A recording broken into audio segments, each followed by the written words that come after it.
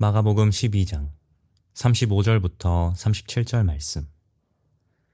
예수께서 성전에서 가르치실세 대답하여 이르시되 어찌하여 서기관들이 그리스도를 다윗의 자손이라 하느냐. 다윗이 성령에 감동되어 친히 말하되 주께서 내 주께 이르시되 내가 내 원수를 내 발 아래에 둘 때까지 내 우편에 앉았으라 하셨도다 하였느니라. 다윗이 그리스도를 주라 하였은즉 어찌 그의 자손이 되겠느냐 하시니 많은 사람들이 즐겁게 듣더라. 좋은 날입니다. 성령님께서 오늘도 여러분의 심령 가운데 은혜와 평강 주시기를 주님의 이름으로 축복합니다. 오늘은 마가복음 12장 35절부터 37절까지 아주 짧은 내용이지만 이 본문을 통해서 중요한 내용을 여러분과 함께 한번 이야기해 보기를 원합니다. 오늘 본문의 내용은 아주 쉬운 내용이지만은 쉽지 않은 내용입니다. 무슨 말인가? 자, 오늘 본문에 보니까 예수님께서 성전에서 많은 무리들을 가르치고 있습니다. 예수님 주위에는 항상 많은 사람이 모였습니다. 가르칠 때 일반 사람들이 전통적으로 의심 없이 생각하는 굉장히 중요한 질문에 대한 도전을 던집니다. 어떤 질문입니까? 어째서 서기관들이 그리스도를 다윗의 자손이라고 하느냐? 아하. 어째서 서기관들이 그리스도를 다윗의 자손이라고 하느냐? 그리스도, 이건 이제 헬라 말이죠. 히브리 말로 원문에 보면은 어째서 메시아를 다윗의 자손이라고 하느냐? 여러분 어떻게 생각하세요? 예수님께서 희한한 질문도 다 하시네. 메시아가 당연히 구약 성경적으로 볼 때 다윗의 후손으로 온다고 했고 그 다윗의 후손의 왕위를 영원하도록 한다고 하나님께서 이미 말씀해 주셨기 때문입니다. 시편에도 사무엘하 7장에서도 이사야서도 또 예레미야서에서도 에스겔서에서도 호시아서에서도 전부 약속하기를 메시아가 오는데 그는 다윗의 자손으로 온다고 말씀했다는 거예요. 그런데 예수님께서 어째서 서기관들이 그리스도를 메시아를 다윗의 자손이라고 하느냐? 마치 그리스도가 메시아가 다윗의 자손이 아닌 것처럼 질문을 던집니다. 참 재미있죠? 자, 여러분 어떻게 생각하세요?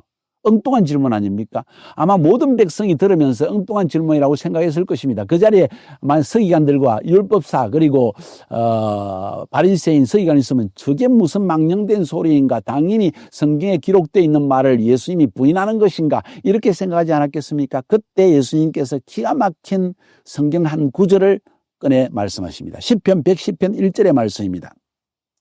다윗이 성령에 감동하여 친히 말하되 주께서 내 주께 이르시되 내가 네 원수를 발 아래 둘 때까지 내 우편에 앉았으라 하셨도다 하였느니라. 자, 시편 110편 1절의 말씀을 정확하게 여러분 해석해 줄까요? 다윗이 영에 감동되어서 친히 말하기를 자기가 말하기를 여호와께서 정확하게 해석할게요. 히브리 원문대로 여호와께서 내 주께 말하기를 여호와께서 내 주께 할 때 이 주는 메시아입니다. 이 주는 메시아라는 거예요. 그 당시에 이스라엘 백성들 지금도 마찬가지로 여기서 말하는 여호와께서 내 주께 할 때 그 주 아도나이라고 기록되어 있습니다. 정확하게 아도나이는 주, 영어로 로드란 뜻입니다. 앞에서 말하는 주께서 내 주께 할 때 주께서 할 때 그 주는 바로 야훼라고 본문에 적혀 있습니다. 야훼께서 내 아도나이, 내 주께 말씀하시기를 할 때 내 주는 바로 메시아라는 거예요. 그러면서 이야기합니다. 다윗이 메시아 그리스도를 주라고 했는데 다윗이 메시아를 내 주라고 했는데 어떻게 다윗의 자손이 될 수가 다윗의 아들이 될 수가 있겠는가? 다윗의 자손이 될 수 있겠는가? 다윗이 자기의 자손에게 내 주예요 하겠느냐? 하는 질문을 던졌다는 것입니다. 이야, 기가 막힌 질문 아닙니까? 또 성경에 그 많은 성경 가운데서 어떻게 이 성경을 주님은 딱 끄집어내실까요? 그것도 전통에 사로잡혀 있는 수많은 이스라엘 백성들에게 그들이 가장 너무나 당연하게 생각하는 중요한 그들의 믿음의 도전을 지금 던지는 것입니다. 특별히 서기관들이 이 말을 들었으면 발끈했을 것입니다. 그런데 예수님이 바로 성경의 시편의 이야기를 딱 끄집어내는 얘기를 듣고 맞는 이야기네? 분명히 원문에 보니까 야훼께서 내 아도나이에게 아도나이 분명히 이건 메시아인데 그럼 메시아는 분명히 다윗이 나의 주라고 말했네. 그러면 자손이 된다는 게 말이 안 되네. 이런 생각을 분명히 하지 않았겠냐는 거예요. 그 소리를 듣고 백성들은 기뻐했다고 했습니다. 즐겁게 들었다고 했습니다. 왜냐하면 서기관들은 자기의 율법, 자기의 전통, 자기의 닥트린을 가지고 계속 시킨 대로, 우리가 가르친 대로 그냥 믿으라 하는 경향이 있었다는 거예요. 오늘날 교회도 그런 게 있지는 않을까요?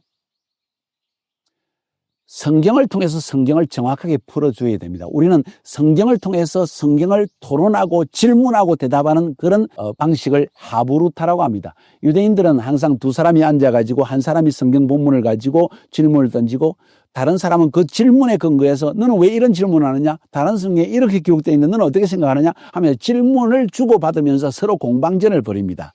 이렇게 해가지고 성경을 깊이 이해하기 시작한다는 것입니다. 예수님이 그 방법으로 지금 백성들에게 묻는 거예요. 어떻게 메시아가 다윗의 자손이라고 하느냐 하는 질문을 지금 던졌다는 거예요. 이게 지금 하부루타적인 방법입니다. 이렇게 해서 예수님은 백성들에게 성경을 더 이해할 수 있도록 하셨다는 것을 오늘 본문은 첫 번째로 이야기합니다. 두 번째로, 그러면 메시아는 다윗의 자손이 아닌가? 여러분 어떻게 생각하세요? 예수 믿는 우리들도 분명히 알고 있습니다.